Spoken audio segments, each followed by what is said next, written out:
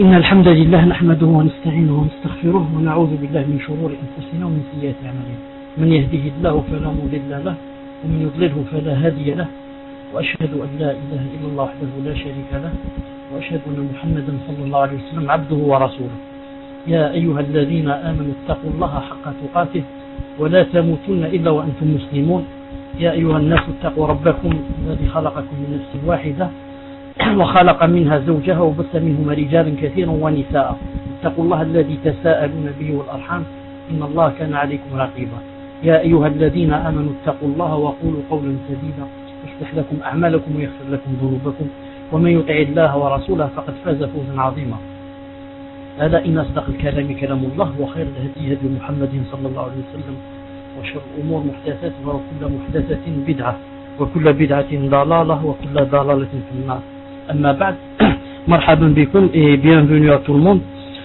En fait, je me suis trompé, j'ai fermé le salon sans le vouloir. Je m'excuse du dérangement. Non, par cette soirée du 16 Sha'ban, bi'idhnillah azza wa jal, 16 Sha'ban, c'est-à-dire le 29 août 2007. Non.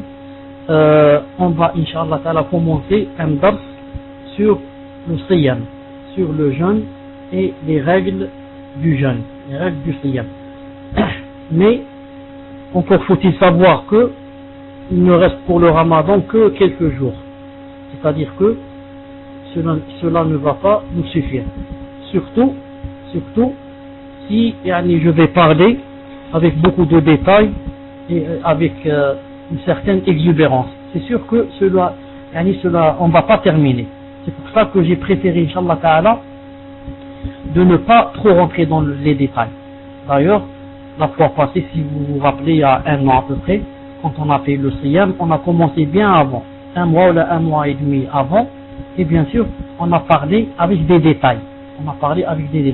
Donc cette fois, Inch'Allah Ta'ala, on va essayer de ne pas trop rentrer dans les détails, juste pour finir, Inch'Allah Ta'ala, avant le Ramadan.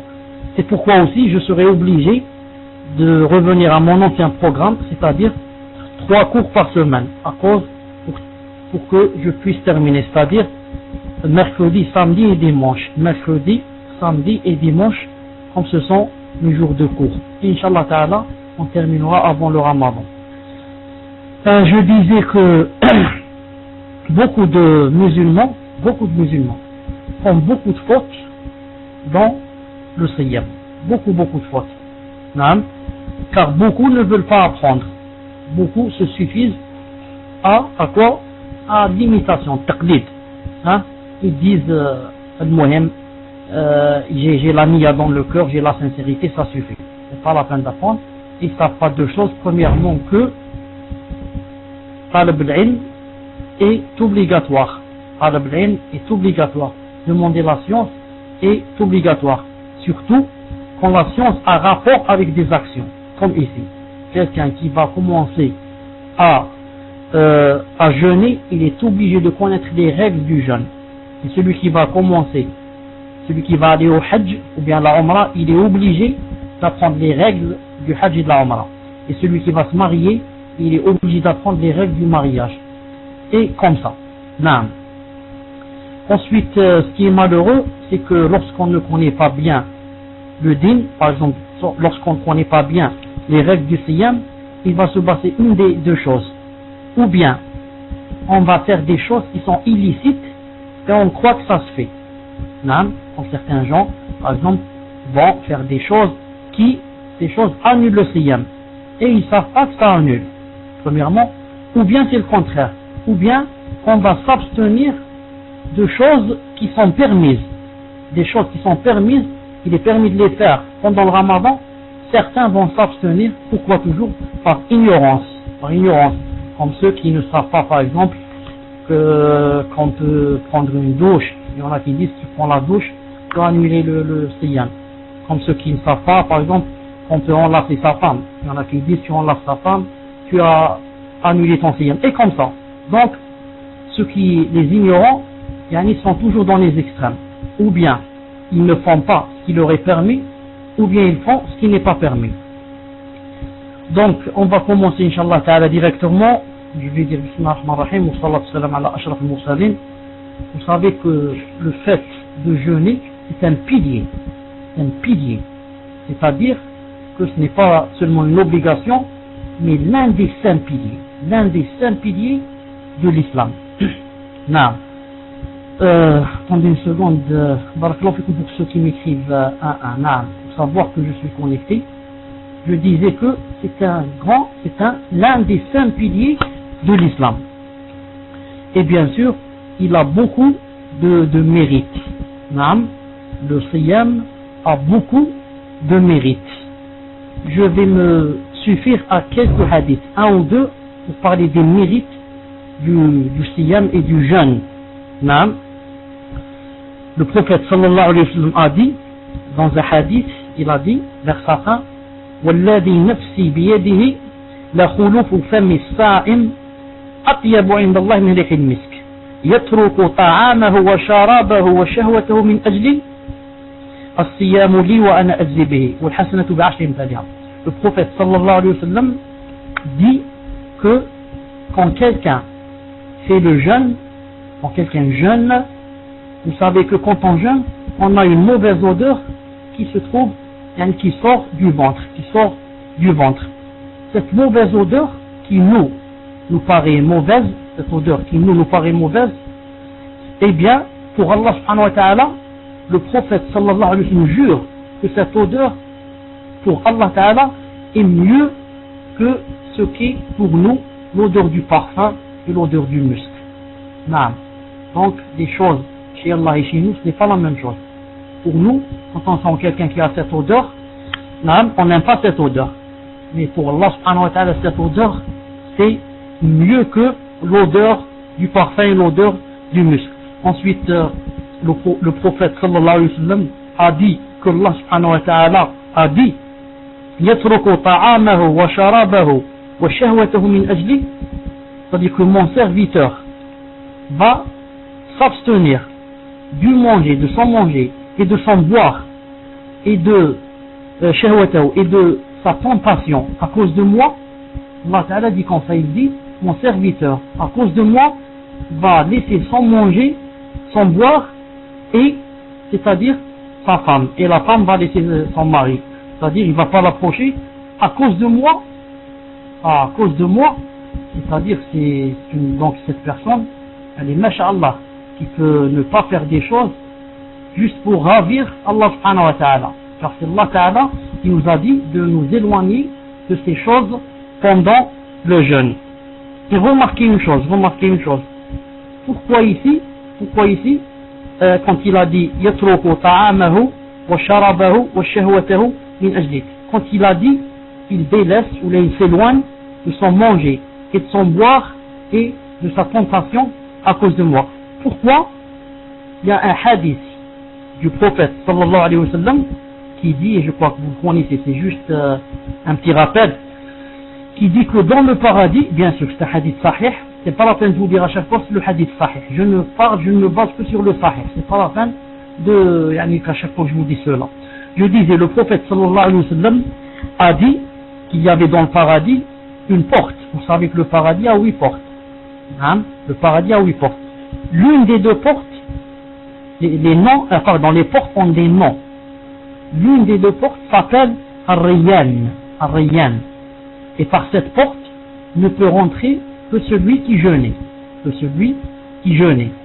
Car il est possible que quelqu'un soit un musulman, par exemple, et il ne jeûne pas. Il y en a, il n'est pas devenu kafir.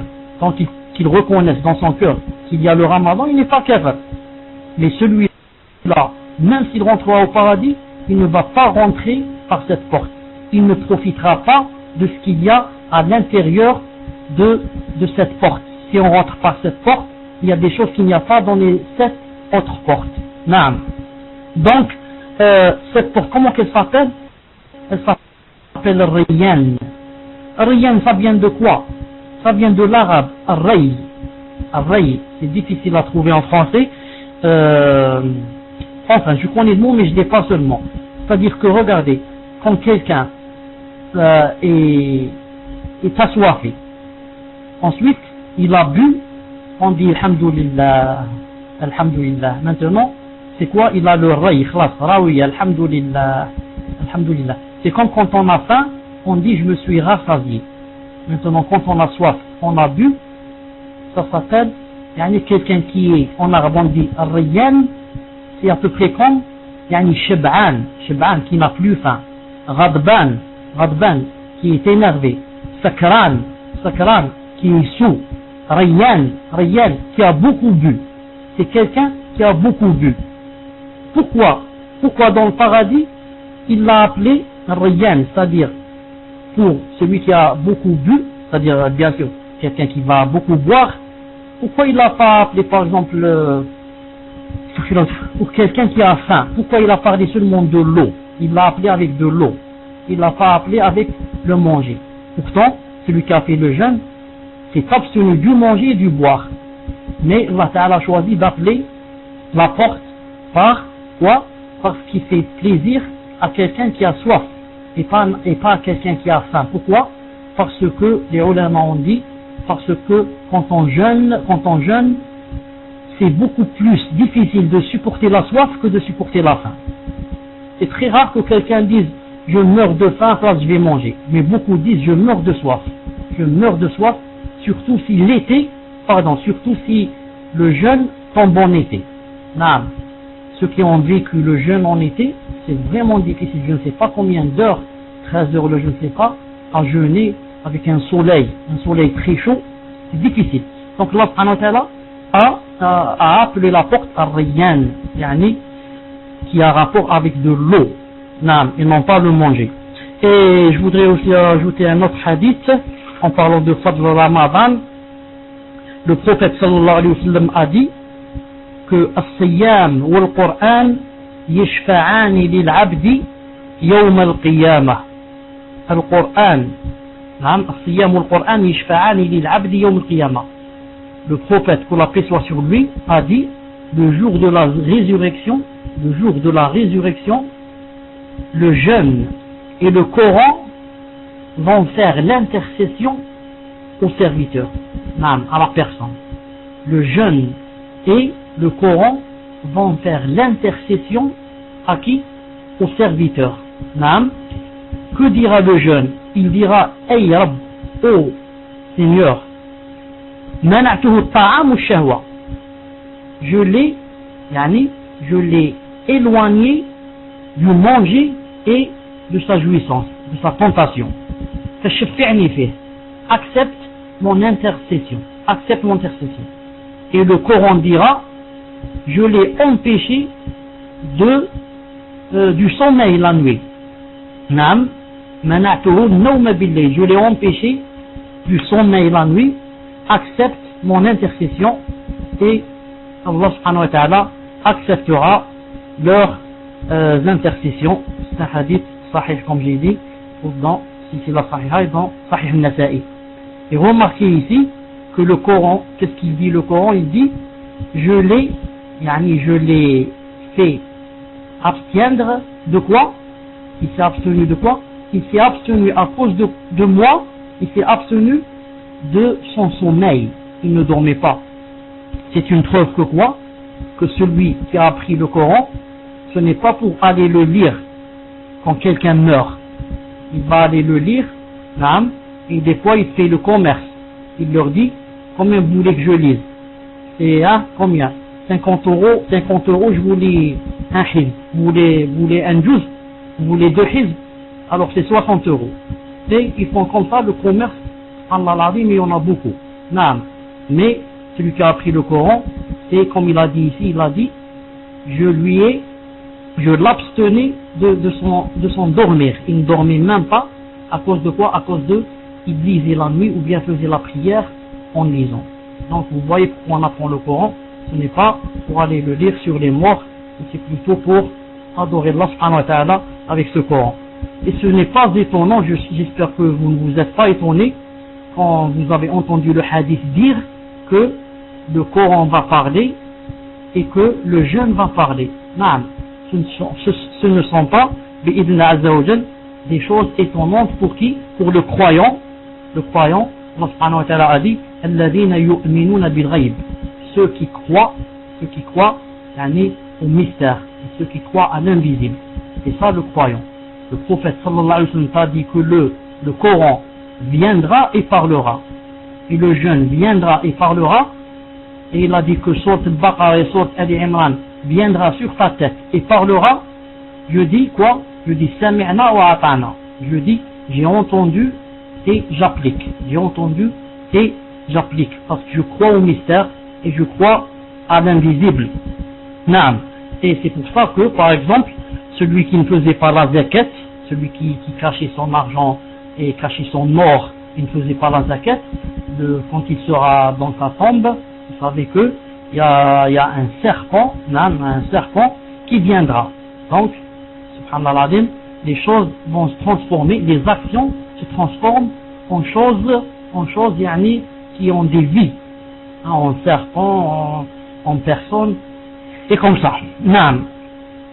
Maintenant, qu'en est-il pour celui qui mange un jour, naam, ou bien mange tout le mois, naam? Qu'en est-il pour celui qui mange un jour ou bien qui mange tout le mois? On va dire celui qui mange et ne jeûne pas, à part d'excuser. On ne parle pas de celui qui est excusé ou qui est malade ou qui est fou ou qui est jeune. On parle en général. Quelqu'un qui n'a pas d'excuse et qui maintenant ne va pas jeûner. Celui-là il se divise en deux groupes. Ou bien il ne va pas jeûner en disant je renie le jeûne. Le jeûne, je le renie. Non, il n'existe pas, je m'en fous, il n'y a pas de jeûne pour moi. Je ne le reconnais pas. Celui-là, c'est un kafir à l'unanimité. Et celui qui dit il n'est pas kafir, devient lui-même kafir. Non, parce que celui-là, il est kafir à l'unanimité. Bien sûr, sauf si c'est par exemple un nouveau reconverti qui ne sait pas, etc. Celui-là, il est excusé. Il ne connaît rien du dîn, on lui apprend. Mais quelqu'un qui a vécu avec les musulmans toute sa vie et était musulman et a dit non, je ne reconnais pas le Siyam, celui-là il est devenu kafir. Et le deuxième cas, c'est celui qui ne fait pas le carême et pas le jeûne, tout en le reconnaissant. Il dit je reconnais qu'il y a le jeûne, je reconnais qu'il faut le faire, mais moi je le fais pas, c'est tout. J'aime manger ou là je ne sais pas. Non. Celui-là, celui qui mange, le deuxième cas, on parle du deuxième cas. Écoutez le prophète sallallahu alayhi wa sallam, ce qu'il a dit de lui. Il a dit, une fois, pendant que je dormais, bayna ana na'im atani rajulan, deux hommes me sont venus et sont approchés de moi. Deux hommes, bien sûr, dans les songes, ce sont sûrement deux anges. فأخذ بضبعي فأتي بي جبلا وعيرا. Ils m'ont pris par les bras et ils m'ont emmené vers une montagne vraiment difficile à escalader. فقال اسعد. Les deux personnes m'ont dit monte, escalade la montagne. J'ai dit inni la utiquhu. J'ai dit c'est pas possible, je peux pas monter une montagne abrupte comme celle-là, c'est pas possible. Ils ont dit inna sanusahhiluhu lak, on va te faciliter la tâche pour que tu puisses monter. Fasa'idtu, je suis monté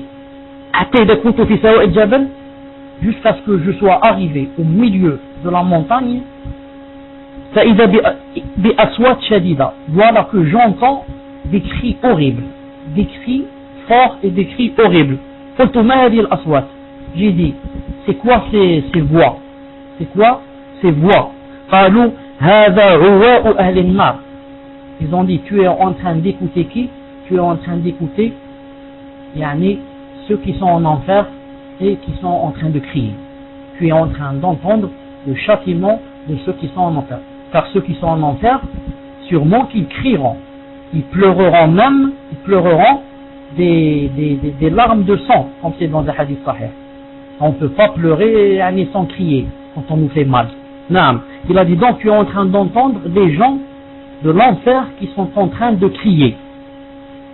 Je n'oublierai pas de dire très vite que la cassette qui a circulé, je ne sais pas si elle est arrivée en France ou pas, mais elle est arrivée au Koweït, comme quoi on entendait les cris des gens qui sont en enfer, qui entendent des femmes et des enfants et des hommes en train de crier, je n'oublierai pas, Inch'Allah Ta'ala, de vous dire que cela n'est pas vrai, et que c'est quelque chose de fabriqué, et que c'est impossible que quelqu'un entende, tout en étant vivant maintenant, qu'il entende ceux qui sont en train de crier dans la tombe. Naam, elle est arrivée. Ah, alhamdoulilah, mabrouk alaykoum, puisqu'elle est arrivée chez vous. Mabrouk alaykoum. Donc, c'est impossible que quelqu'un puisse entendre, sauf si Allah Ta'ala le fait entendre. C'est pour ça que le prophète sallallahu alayhi wa sallam, qu'est-ce qu'il a dit?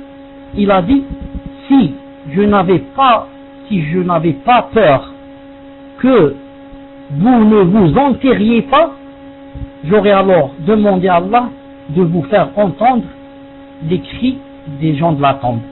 Ça veut dire quoi? Ça veut dire que personne ne peut entendre jusqu'à ce que je demande à Allah qu'il vous fasse entendre. Donc c'est impossible que quelqu'un puisse entendre les cris de ceux qui sont dans la tombe. Je reviens au hadith. Il a dit ensuite, les deux m'ont pris et on a continué le chemin. Et voilà que j'arrive à un endroit, je vois des gens qui sont accrochés par leurs tendons. Imaginez, la tête vers le bas et accrochés, les pieds vers le haut. C'est très difficile. Vous savez que c'est très difficile et c'est l'une des méthodes que font certains gens ici dans la vie pour châtier d'autres. Ils leur mettent les pieds en haut et la tête vers le bas et ensuite il y a le sang qui commence à descendre des pieds d'en haut vers la tête jusqu'à ce qu'on perde connaissance et jusqu'à ce que ça devienne grave, bien sûr. Il a dit et ces personnes-là avaient la bouche, regardez, la bouche du côté droit et du côté gauche, ça a été tellement étiré vers la droite et vers la gauche que ça a fait fondre la bouche. Imaginez notre bouche vers la droite et vers la gauche coupée. Naam, c'est vraiment grave. Et les lèvres coulées de sang. J'ai dit, qui sont ceux-là? On m'a répondu, ce sont ceux qui mangent avant l'heure.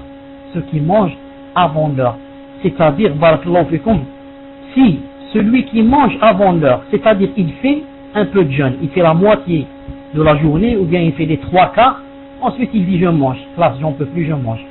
Imaginez, voilà son châtiment. Qu'en est-il de celui qui ne le fait pas du tout? Celui-là, il a jeûné et il a mangé avant. Il a dit moi je m'en fous, je mange. Regardez quel est son châtiment. Qu'en est-il de celui alors qui ne fait pas le carême du tout et qui ne jeûne pas le jour? C'est pour ça que l'avis le plus juste des ulama, c'est quoi? C'est de dire que si quelqu'un mange sans raison un jour, ce n'est pas la peine d'essayer de le rattraper, ni d'essayer de faire la kafara et de rattraper les 2 mois, etc. Tout cela n'est pas vrai. Innama, comme on dit les ulama, c'est un zindiq. Les salaf disaient, celui-là c'est un zindiq, c'est-à-dire c'est un munafiq celui-là. Naam. C'est pas la peine de dire je vais manger comme ça sans raison et après je vais faire un autre jour le rattraper ou bien je vais rattraper 2 mois. Le ramadan ne se rattrape pas, sauf pour quelqu'un qui est excusé. C'est à peu près comme la salat. La salat ne se rattrape pas, sauf pour quelqu'un qui est excusé. Si quelqu'un dit je ne vais pas faire la prière, par exemple, jusqu'à ce que son moment et son heure sortent, ensuite je vais la faire, on lui dit c'est pas la peine de te fatiguer. Ce n'est pas la peine de te fatiguer, elle ne se rattrape pas. Pourquoi? Certains vont dire donc la salat n'a pas d'importance. Au contraire, elle est tellement importante que tu ne peux pas la rattraper. Il n'y en a qu'une seule. Dans chaque jour, il y a une seule salat, un seul subh, un seul dohr, un seul asr, un seul maghrib, une seule isha. Tu ne peux jamais la rattraper si elle passe. C'est comme s'il y avait un avion à 5 heures du matin et l'autre à 1h, l'autre à 17h, l'autre à 20h et l'autre à 22h. S'il part, assalamu alaikum. C'est pas la peine de prendre le bus ou d'aller courir, ni de prendre le vélo. L'avion est parti, c'est trop tard. La même chose pour la salat, la même chose pour le jeûne. Naam, Allah subhanahu wa ta'ala veut que tu fasses aujourd'hui le jeûne. C'est pas que tu le rattrapes par 2 mois dans un an. Il veut que tu le fasses aujourd'hui. Et Allah ta'ala veut que tu fasses aujourd'hui salat al-asr. Aujourd'hui,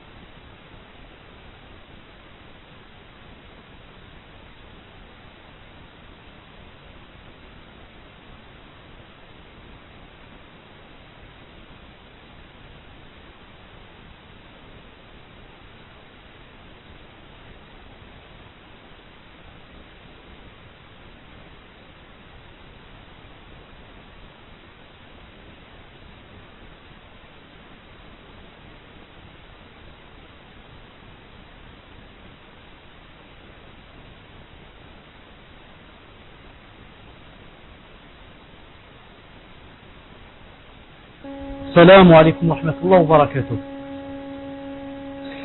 Qassi Salaf, est-ce que tu es là? Qassi Salaf, est-ce que tu es là?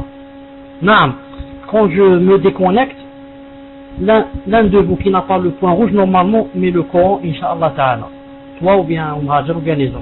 Al-Muhim.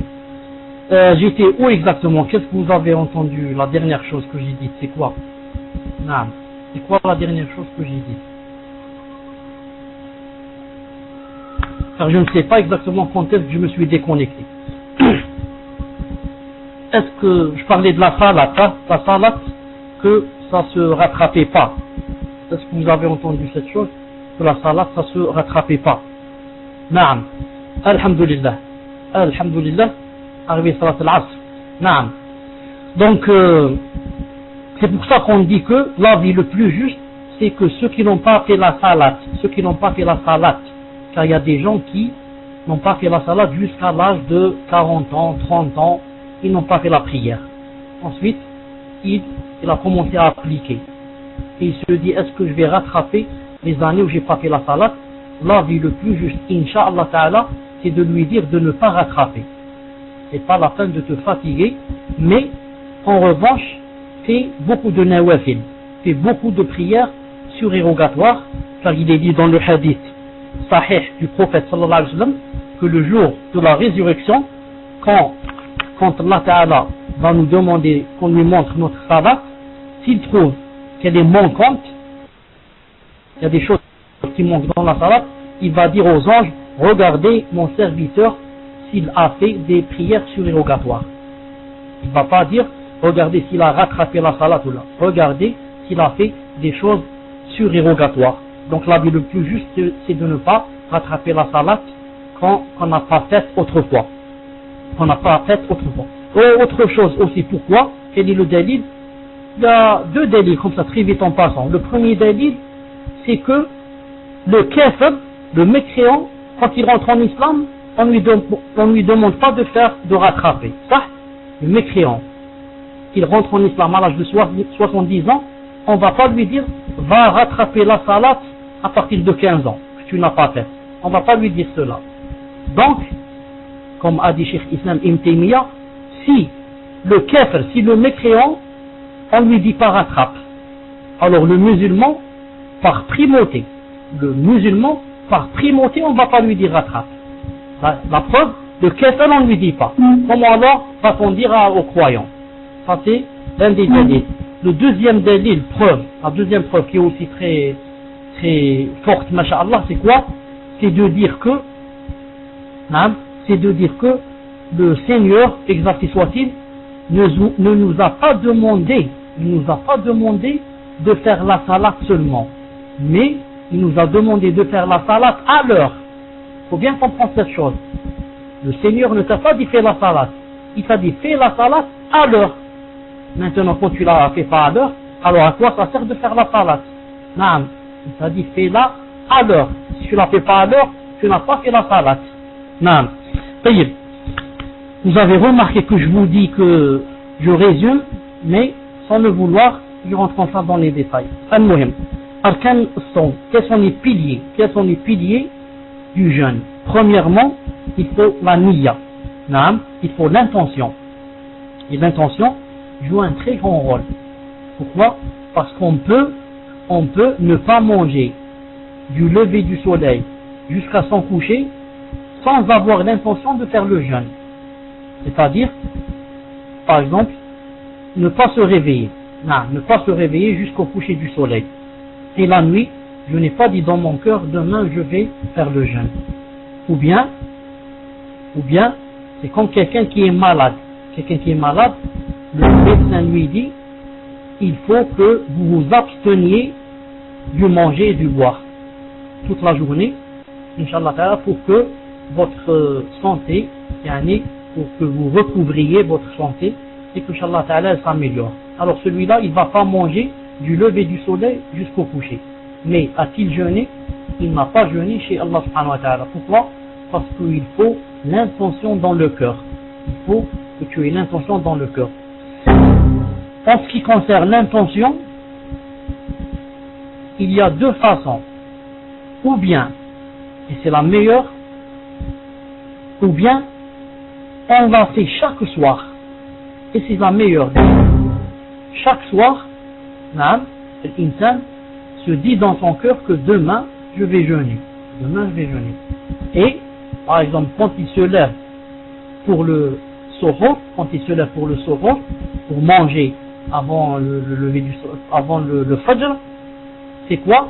C'est que c'est une preuve qu'il a l'intention de jeûner.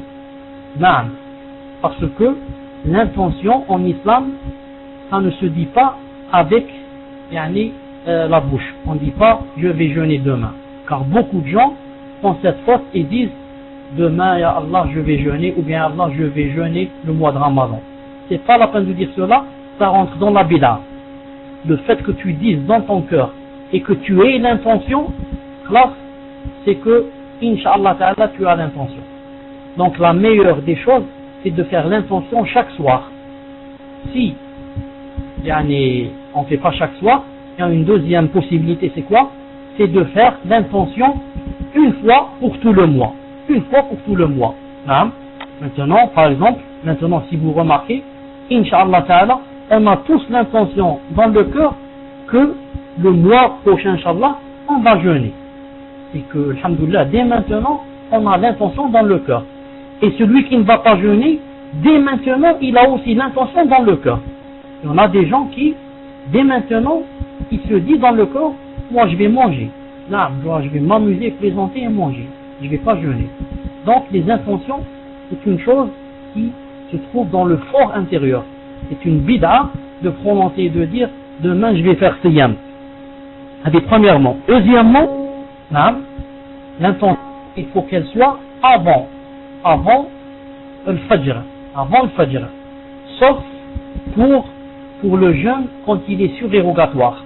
Le jeûne quand c'est une nafila, comme le lundi, le jeudi ou bien Ashura ce soir, quand c'est seulement surérogatoire, beaucoup de ulama man yajib,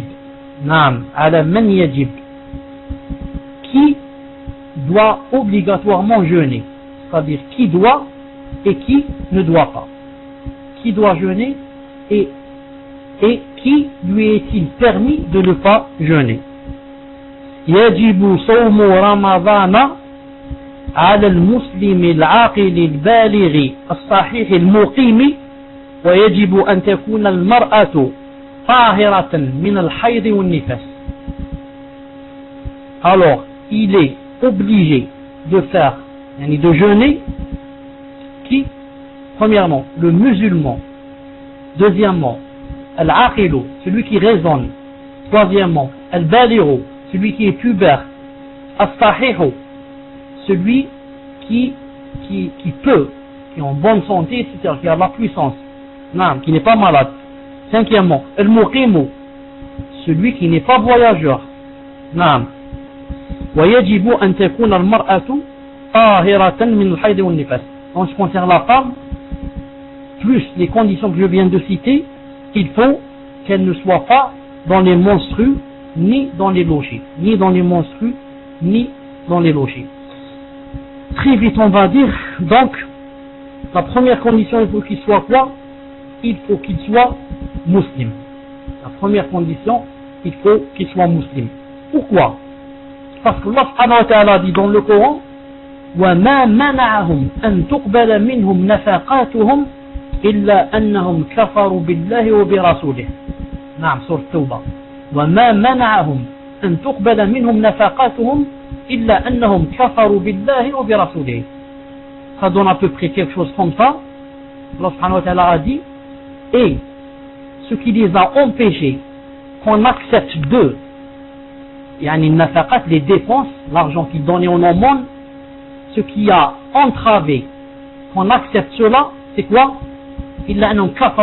C'était des mécréants, ils ont mécru en Allah et en son prophète. Donc, vous voyez que celui qui mécroit en Allah et en son prophète, ça n'est pas accepté qu'il fasse les bonnes actions. Ceux-là ont voulu donner de l'argent aux pauvres, mais cela n'a pas été accepté. Donc, c'est pour ça qu'on dit, il faut qu'il soit musulman, il faut qu'il soit croyant d'abord pour que Allah subhanahu wa ta'ala accepte de lui le jeûne. Naam. Mais, est-ce que, là il y a une question très importante, est-ce que le fait que le mécréant ne fasse pas le jeûne, puisqu'on a dit, il ne peut pas le faire, et même s'il le fait, il n'est pas accepté, parce qu'il est mécréant. Mais est-ce que cela veut dire que ce n'est pas obligé pour lui? En d'autres termes, est-ce que cela veut dire que s'il ne le fait pas, il ne va pas être châtié à cause du jeûne? C'est-à-dire qu'il va être châtié seulement à cause de la mécréance? La réponse, l'avis le plus juste, c'est quoi? C'est que le kafir, le mécréant, est contraint qu'il fasse comme le croyant, même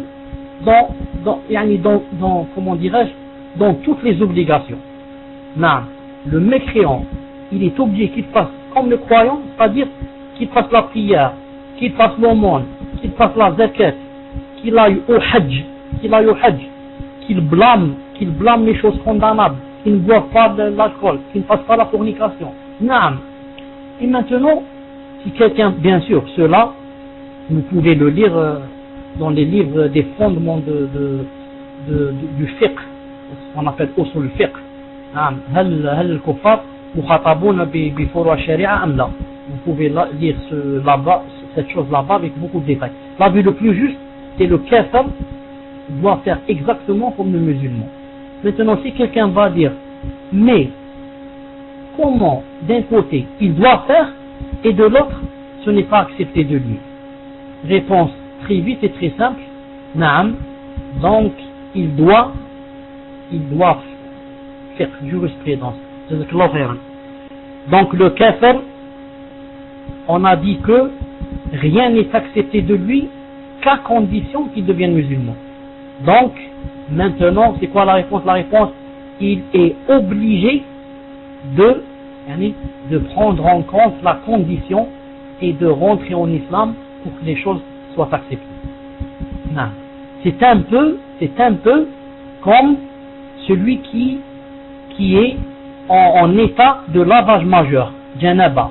Un homme ou bien une femme est en janaba, est-ce que s'il prie, sa prière va être acceptée? Elle ne va pas être acceptée. Non. Donc, est-ce qu'il va dire, donc je ne fais pas la prière? On lui dit non, tu vas te laver et tu vas faire la prière. La même chose on dit au kafir. Tu vas rentrer en islam et ensuite tu vas jeûner. Entre parenthèses, le jeûne, la janaba ne marche pas en parallèle avec quoi? Avec la salat. Mais elle marche en parallèle avec le siyam.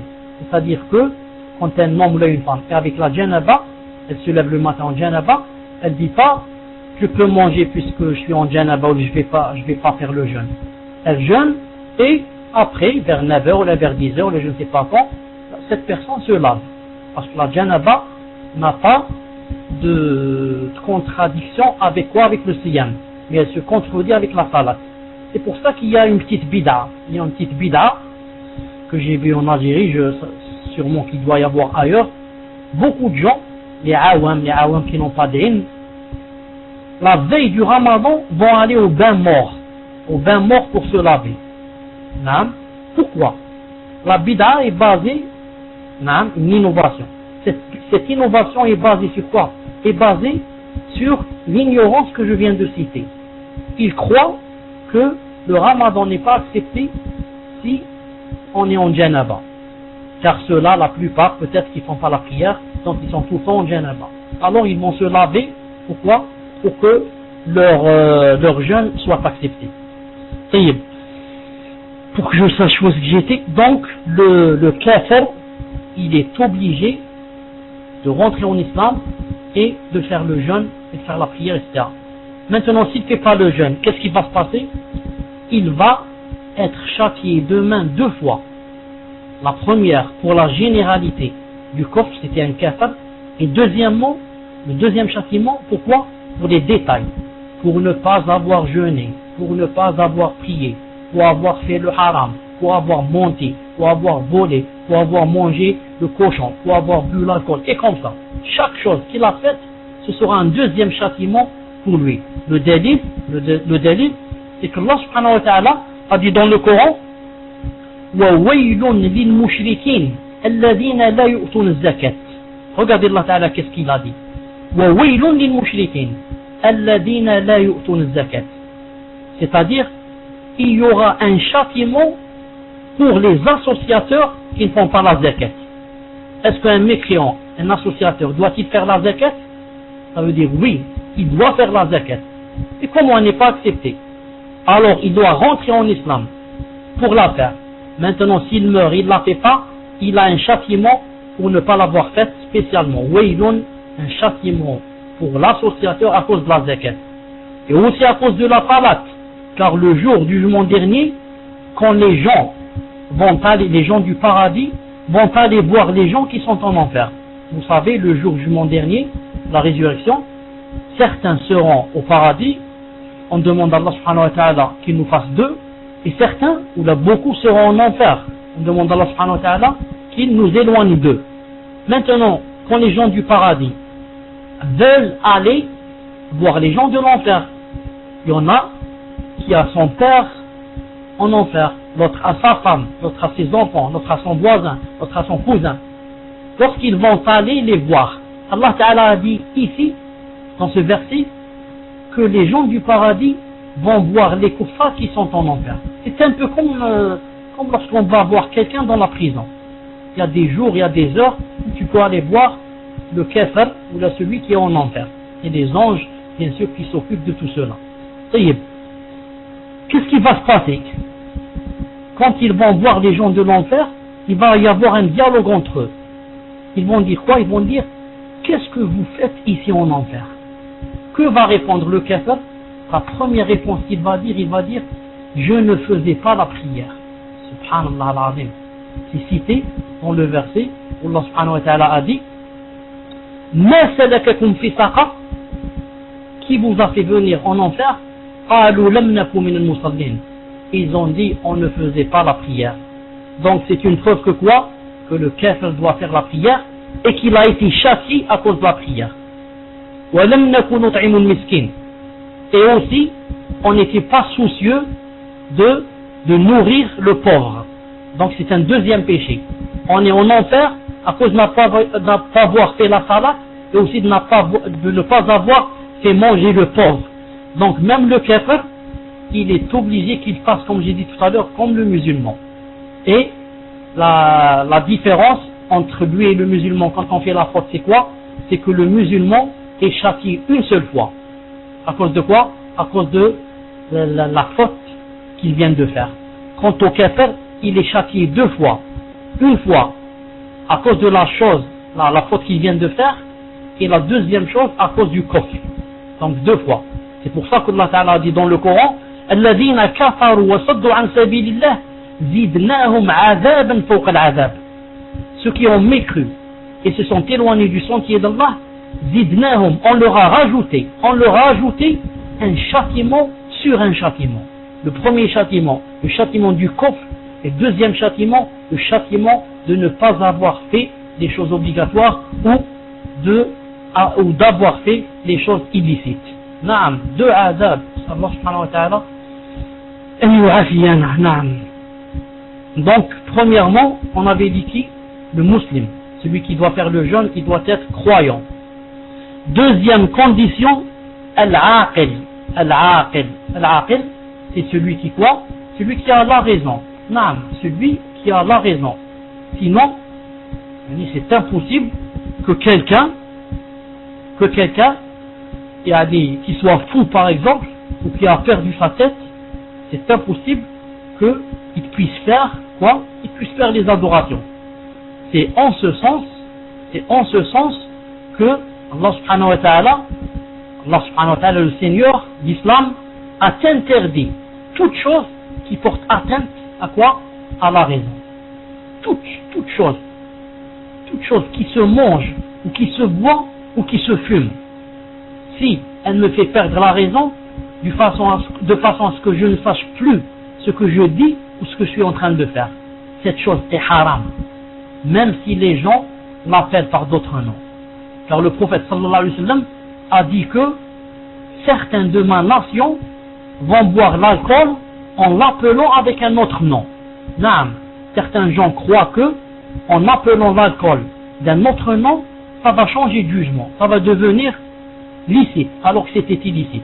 Naam, au lieu de dire l'alcool, au lieu de dire le vin, on dit comme ils disent, par exemple, certains disent par exemple, al-mashroubat al-ruhiyya, les boissons ruhiyya, je ne sais pas comment on dit ça en français, masha'Allah, qui te rend l'âme.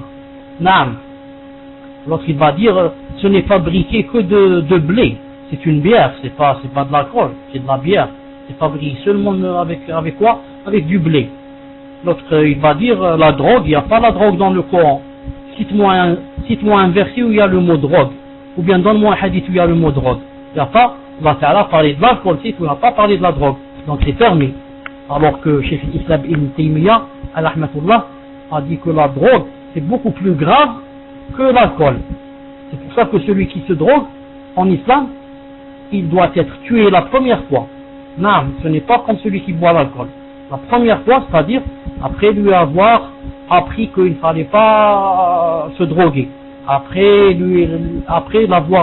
l'avoir admis dans un hôpital pour qu'il se soigne, etc. Après il sort, il va se droguer. Celui-là, il n'a pas le droit de vivre. C'est pas moi qui lui enlève ce droit, c'est celui qui l'a créé. Parce que c'est un microbe, c'est un virus, et il va faire beaucoup de mal aux gens. Il va apprendre cette chose aux gens, et cette chose, quand elle se colle en une personne, vraiment, vraiment, vraiment difficile de s'en départir. Il faut vraiment avoir de la foi, une foi vraiment solide pour s'en départir. Je disais, c'est pour ça qu'en islam, toute chose qui entrave à la raison est interdite. Est interdite. Naam. Kullu muskir haram. Toute chose qui te rend sourd, qui te fait perdre la raison, elle est haram. Même si c'est un fruit. Je vous ai dit une fois, en Algérie, il y a un fruit, mais je n'ai pas trouvé son nom. Il ressemble aux fraises.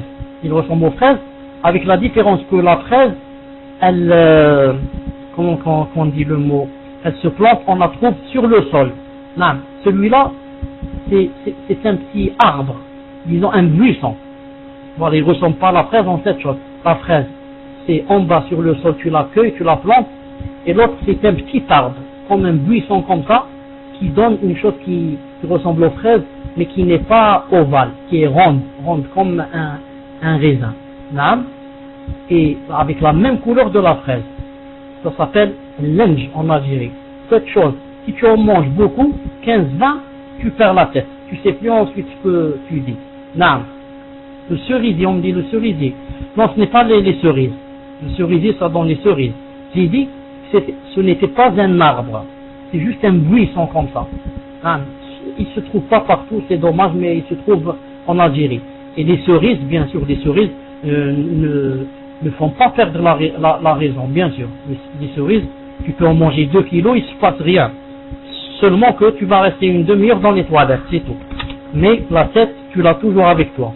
Je disais que cette chose, si on l'a mangée, on en mangeait beaucoup, subhanallah al-azim, elle fait tourner la tête, ensuite on sait plus ce qu'on dit. Donc, celui qui la mange avec l'intention de se faire tourner la tête, cette chose devient haram, et c'est comme s'il avait bu de l'alcool. Et c'est comme s'il avait bu de l'alcool. Allah subhanahu wa ta'ala. Donc la première condition c'est quoi? La deuxième condition, c'est il faut qu'il soit raisonnable. Il ne faut pas qu'il soit fou. C'est pour ça que le fou, même s'il prie, ça n'est pas accepté.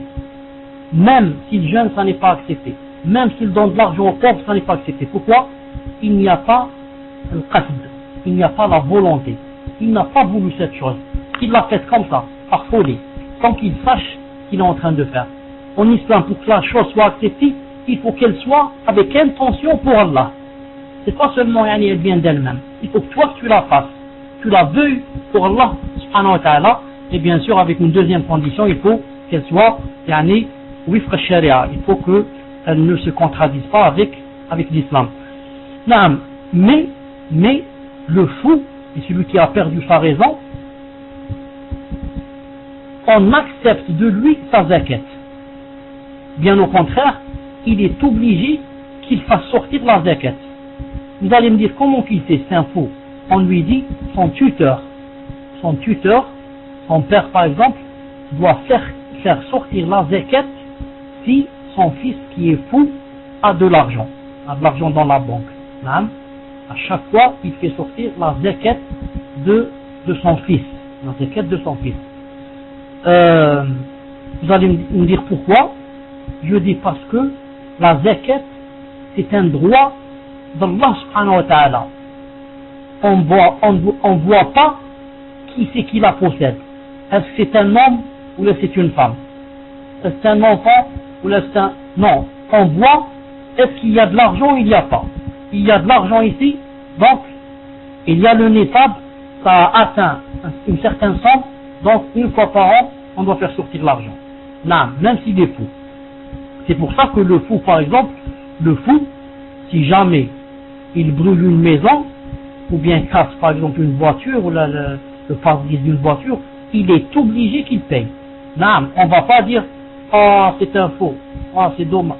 Non, le fou, on l'attrape, et on l'emmène au commissariat, et on cherche s'il a des papiers ou s'il n'a pas. Si on trouve un numéro de téléphone, on appelle son tuteur, et son tuteur, on lui montre la voiture, on lui dit regardez ce qu'il a cassé et regardez la maison qu'il a brûlée. Il ne va pas nous dire c'est un fou. On lui dit ça, c'est un fou, naam, on est d'accord avec vous, c'est un fou, ça veut dire qu'il n'a pas fait de péché, il ne va pas aller en enfer, mais il a fait des dégâts, un dégât matériel. Il m'a brûlé ma maison, il m'a cassé mon pare-brise. Vous devez me rembourser bi'idhnillahi azza wa jal. Naam. Tayyib. Al-balighu. Troisièmement, première condition, il faut qu'il soit musulman. Deuxième condition, il faut qu'il soit raisonnable. Naam. Troisième condition, il faut qu'il soit pubère. Quelqu'un qui n'a pas atteint la puberté, il n'est pas obligé qu'il jeûne. Mais s'il veut jeûner, c'est accepté. Naam. Et son tuteur qui lui a dit de jeûner, il aura aussi des hasanat. Il aura des hasanat. Pourquoi? Parce que il l'a poussé à faire quelque chose qu'Allah Ta'ala aime, et en même temps il est en train de l'entraîner et de lui faire apprendre quelque chose qu'Allah Ta'ala aime. Donc, celui qui n'est pas pubère, ce n'est pas obligé pour lui qu'il fasse la prière ni le jeûne, et la prière il doit la faire à partir de 10 ans, mais s'il l'a fait avant, comme je viens de dire, celui qui l'a poussé à faire aura des récompenses. Aura des récompenses. Naam, al-baligh, quand est-ce qu'on sait que quelqu'un maintenant est pubère? On sait cela par 3 signes chez le sexe masculin et 4 signes chez la femme. Naam. Quant au sexe masculin, yani le garçon, pour qu'il soit pubère, qu'est-ce qu'on doit voir? On doit voir est-ce que il a commencé à avoir des poils sous les aisselles ou bien dans ses parties intimes, naam, ou bien le deuxième signe, on voit est-ce que il a commencé à avoir des songes érotiques, naam, est-ce qu'il a commencé à avoir des songes érotiques de façon à ce que lorsqu'il se lève le matin, il a par exemple les vêtements intérieurs déjà mouillés. C'est le deuxième signe. Le troisième signe, on voit, s'il n'y a pas les 2 premiers signes, on voit est-ce qu'il a atteint 15 ans. S'il a atteint 15 ans, classe, on lui dit tu commences le jeûne. Tu es obligé de le commencer, même s'il n'a pas des poils dont je viens de parler. Et pour la femme, c'est la même chose. Les 3 signes que je viens de citer, plus le 4e, c'est quoi? Le 4e, c'est les monstrues, non, j'allais dire les logiques, les monstrues. Même, donc, si elle a les monstrues à l'âge de 10 ans, elle est pubère. Si elle a les monstrues à l'âge de 9 ans, et c'est possible, elle est pubère. Donc, sinon, on attend qu'elle ait 15 ans. Si on ne voit pas les 4 signes chez la femme, ni les 3 signes chez l'homme, on attend cette personne qu'elle ait 15 ans. Après 15 ans, après dépasser les 15 ans, ces 2 personnes ne sont plus excusées bi'idhnillahi azza wa jal. Naam. Regardez ce hadith en ce qui concerne que l'enfant, avant d'être pubère, on lui apprend le dîn, on lui apprend à jeûner quelques jours, etc. Une femme a dit, naam, قالت فكنا, elle s'appelle Rubayya bint Mu'awwidh. Elle a dit, radiyallahu ta'ala anha, on faisait le siyam de Ashura, wa nusawwimu tibyanana, et on faisait jeûner nos enfants. On faisait jeûner nos enfants, siyam quoi? Ashura. Wa naj'alu lahum al-lu'ba min al-'ihn, et on leur faisait un jouet avec quoi? Un jouet avec la laine. Avec la laine. Je pense, Allah Ta'ala, je pense que sûrement on lui faisait peut-être un petit ballon. Non, peut-être un petit ballon, ou peut-être quelque chose comme ça qui ressemble à une poupée ou quelque chose comme ça. فإذا بات أحدهم على الطعام أعطيناه ذلك حتى يكون عند الإفطار. Elle a dit, on prenait nos enfants, on les faisait jeûner, et quand ils commençaient à pleurer, on leur donnait le jouet qu'on avait fait avec la laine pour que il oublie jusqu'à ce que arrive le coucher du soleil, Naam. Ça y est. La troisième condition, Je répète la première condition, musulman, deuxième condition, raisonnable, troisième condition, pubère, quatrième condition, sahih. Sahih. Quelqu'un qui est malade, Allah Ta'ala ne l'a pas obligé à ce qu'il fasse le carême. La yukallifullahu nafsan illa wus'aha. Les questions de salat, Allah Ta'ala ne l'a pas obligé à ce qu'il la fasse debout, qu'il la fasse de position assise, qu'il ne peut pas sur le flanc droit, qu'il ne peut pas avec les yeux, d'autres on dit avec le cœur, et comme ça. Il n'y a pas comment dire, disons plus simple et plus simple et plus facile comme l'islam. Non, l'islam jamais ne te force à ce que tu fasses une chose que tu ne peux pas faire. Ça n'existe pas en islam. S'il y a quelqu'un qui dit je suis obligé de faire quelque chose que je ne peux pas faire, on lui dit tu mens. Il n'y a pas cela en islam. C'est toi, avec ton ignorance, qui as cru que cette chose était obligée pour toi. Certes, cette chose est obligée, mais pas pour toi. Toi, tu ne peux pas. Toi, cette chose te dépasse. Tu es malade. Et comme ça. Donc, le malade, qu'est-ce qu'il fait? Il ne jeûne pas. Mais qu'est-ce qu'il fait? Il fait, c'est-à-dire il attend que le ramadan se termine pour qu'il rattrape les jours où il n'a pas mangé. Pardon, le jour où il n'a pas fait le carême. Il les rattrape. Il compte combien de jours il n'a pas jeûné. Ensuite, qu'est-ce qu'il fait? Il les rattrape. Mais des fois le malade a une maladie qui ne se guérit pas. Comme par exemple le cancer, comme le diabète.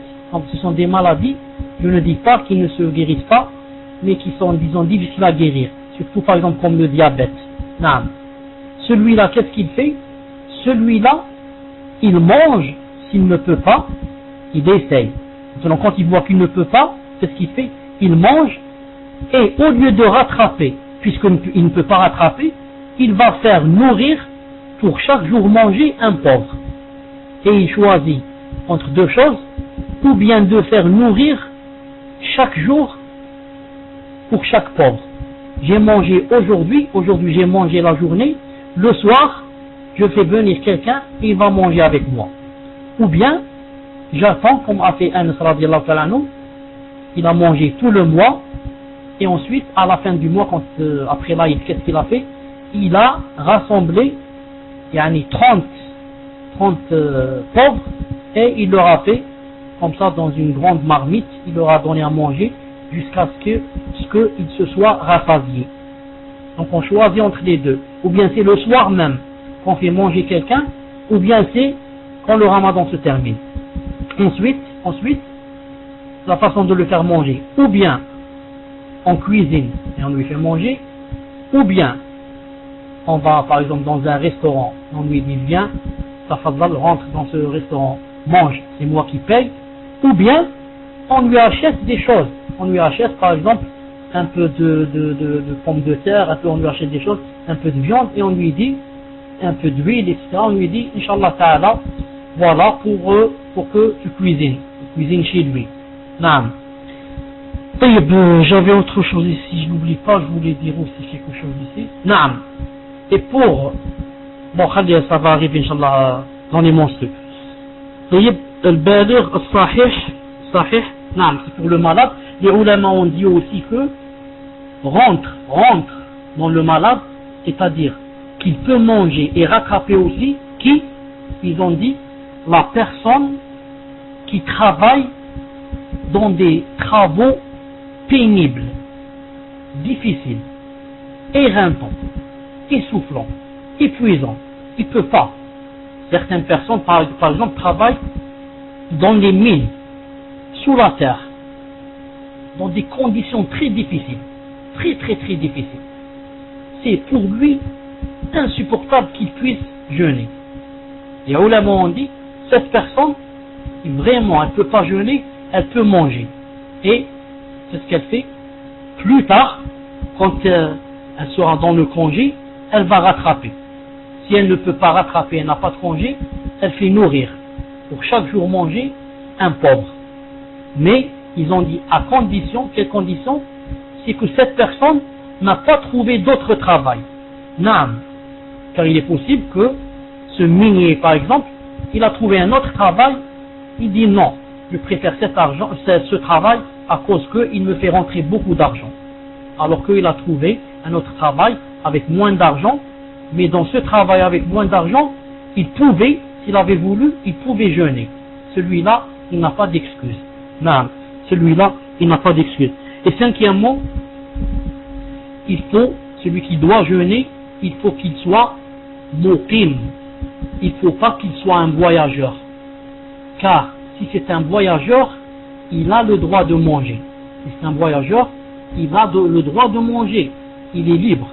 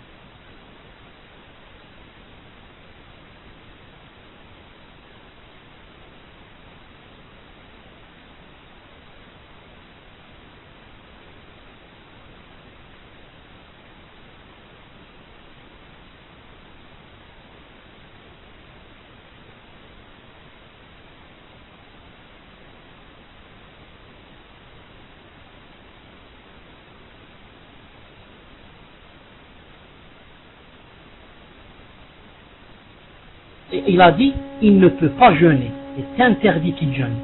Même s'il a jeûné, il a dit, il doit le rattraper. Donc vous voyez l'avantage de celui qui mange. Si tu manges, tous les ulama ont dit c'est permis de manger. Mais si tu jeûnes, certains ont dit ce n'est pas permis. Comme je viens de citer ici Ibn Hazm. Mais le plus juste, Inch'Allah Ta'ala, le plus juste c'est quoi? Le plus juste c'est que chaque personne est libre. Chaque personne est libre. Si elle veut, elle mange. Si elle veut, elle jeûne. Maintenant, si on veut dire, mais quel est le plus prédominant? Disons, le mieux. Est-ce que le mieux, si je voyage, c'est de manger ou le mieux, c'est de jeûner? Je dirais, Inch'Allah Ta'ala, l'avis avec lequel je suis convaincu, et c'est aussi l'avis de Cheikh Ibn Uthaymin, Allah yarhamou, c'est quoi? C'est que la meilleure façon, ou l'avis le plus juste, c'est de jeûner. Premièrement, Allah Ta'ala a dit, il a dit, et si vous jeûnez, c'est mieux pour vous. Deuxièmement, le prophète sallallahu alayhi wa sallam, quand il faisait les voyages, la plupart du temps, il jeûnait. C'est pour ça qu'il y a un hadith dans le Bukhari, je ne suis pas très sûr dans le Bukhari, mais c'est un hadith sahih. C'est un hadith sahih. Où un compagnon qui s'appelle Abu Darda, radiyallahu ta'ala anhu, a dit, on était avec le prophète sallallahu alayhi wa sallam dans une journée vraiment chaude, pendant le Ramadan, au point où ça faisait tellement chaud que nous mettions nos mains sur nos têtes. Subhanallah al-Azim, imaginez, il fait tellement chaud que tu mets ta main sur ta tête pour que le soleil ne te fasse pas mal. Ici, qu'est-ce qu'il a dit ensuite? Il a dit, ce compagnon radiyallahu ta'ala anhu, il n'y a aucun de nous qui faisait le carême. Il n'y a aucun de nous qui jeûnait ce jour-là, illa Rasulullah sallallahu alayhi wa sallam ou Abdullah ibn Rawaha. Sauf deux personnes, le prophète sallallahu alayhi wa sallam et Abdullah ibn Rawaha. Donc qu'est-ce qu'on prend de ce hadith? On prend que la majorité des compagnons qui étaient avec le prophète sallallahu alayhi wa sallam n'ont pas jeûné. Donc si tu veux manger, tu manges. Regarde, la plupart des compagnons n'ont pas jeûné. Et on prend quoi aussi? On prend que si tu veux jeûner, tu jeûnes, et c'est mieux encore, car deux personnes ont jeûné. Et entre autres qui? Le prophète sallallahu alayhi wa sallam. Le prophète sallallahu alayhi wa sallam et Abdullah ibn Rawaha, qu'est-ce qu'ils ont fait? Ils ont jeûné. Donc si tu jeûnes, c'est mieux. Allez, premièrement. Deuxièmement, quand tu jeûnes pendant le ramadan en voyage, pourquoi c'est mieux? Quand tu t'es, bi'idnillah ta'ala, comme si je puis dire cette phrase, tu t'es débarrassé de tes dettes. Naam. Parce que quand tu ne jeûnes pas, c'est une dette que tu viens de te mettre sur ton dos, là, sur tes épaules. Naam. Et quand on a des dettes, ce n'est pas facile. Imaginez quelqu'un qui a des dettes, des fois il ne dort pas. Naam. Mais toi, alhamdoulilah, disons, tes épaules, yani, sont libres. Tu as libéré tes épaules des dettes. Tu n'as aucune dette sur les épaules. C'est deuxièmement. Troisièmement, pourquoi on mange c'est mieux? Parce que c'est plus facile. C'est plus facile quand on voit que tout le monde a jeûné. Donc jeûner avec les gens, c'est plus facile. Mais si tu laisses pour après, tu seras peut-être le seul dans ta ville ou je ne sais pas, dans ma maison, qui est en train de jeûner, alors que les autres sont en train de manger. En ce sens, c'est un peu difficile. Et quatrièmement, pourquoi aussi c'est mieux qu'est-ce que j'allais dire? Pourquoi aussi c'est mieux de jeûner? C'est parce que si tu jeûnes maintenant, tu as jeûné ce jour pendant le ramadan, c'est-à-dire pendant son temps demandé.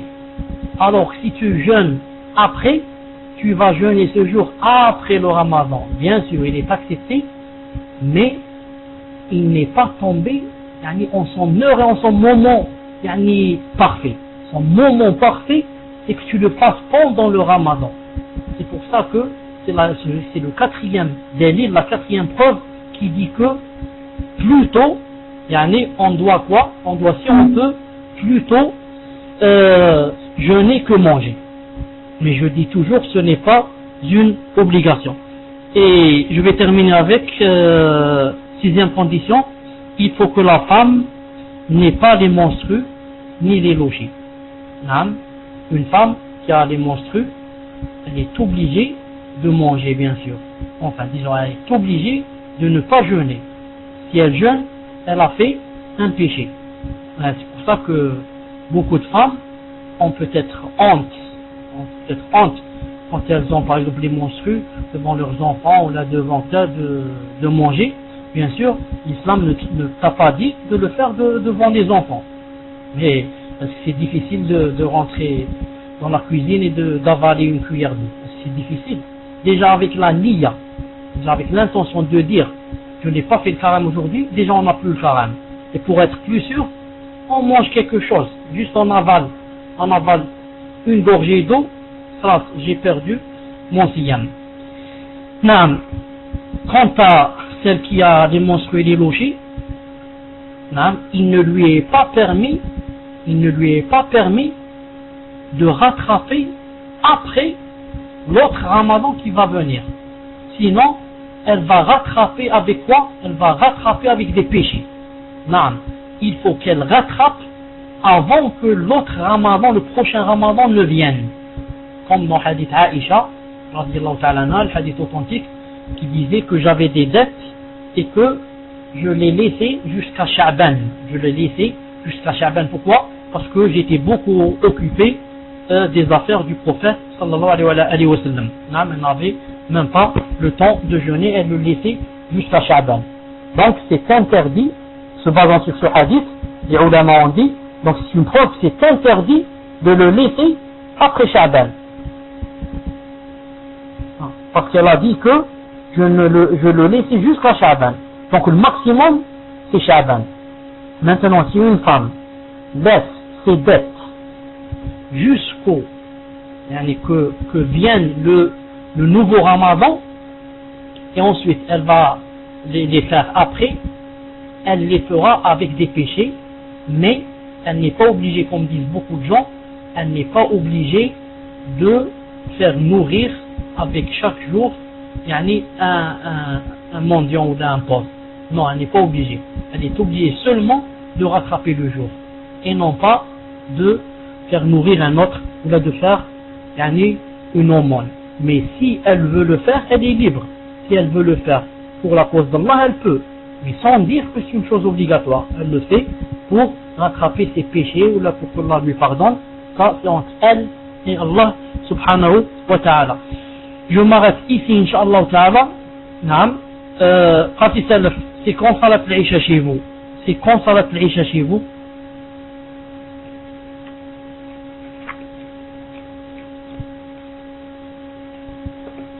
Non, salat al-Isha, c'est quand chez vous? C'est déjà passé. Ah, c'est déjà passé. Hein? Pour ceux ou celles qui n'ont pas fait salat al-Isha, c'était 22h. 22h. Et combien qu'il est maintenant? 22h. C'était à 21h30. L'Isha, Masha'Allah, 21h, c'est-à-dire 22h30 chez vous. Non. Préparez-vous, Inch'Allah Ta'ala, pour les questions, bi'idna subhanahu wa ta'ala, dans 10 minutes, Inch'Allah Ta'ala. سبحانك اللهم وبحمدك أشهد أن لا إله إلا أنت أستغفرك وأتوب إليك. On va passer à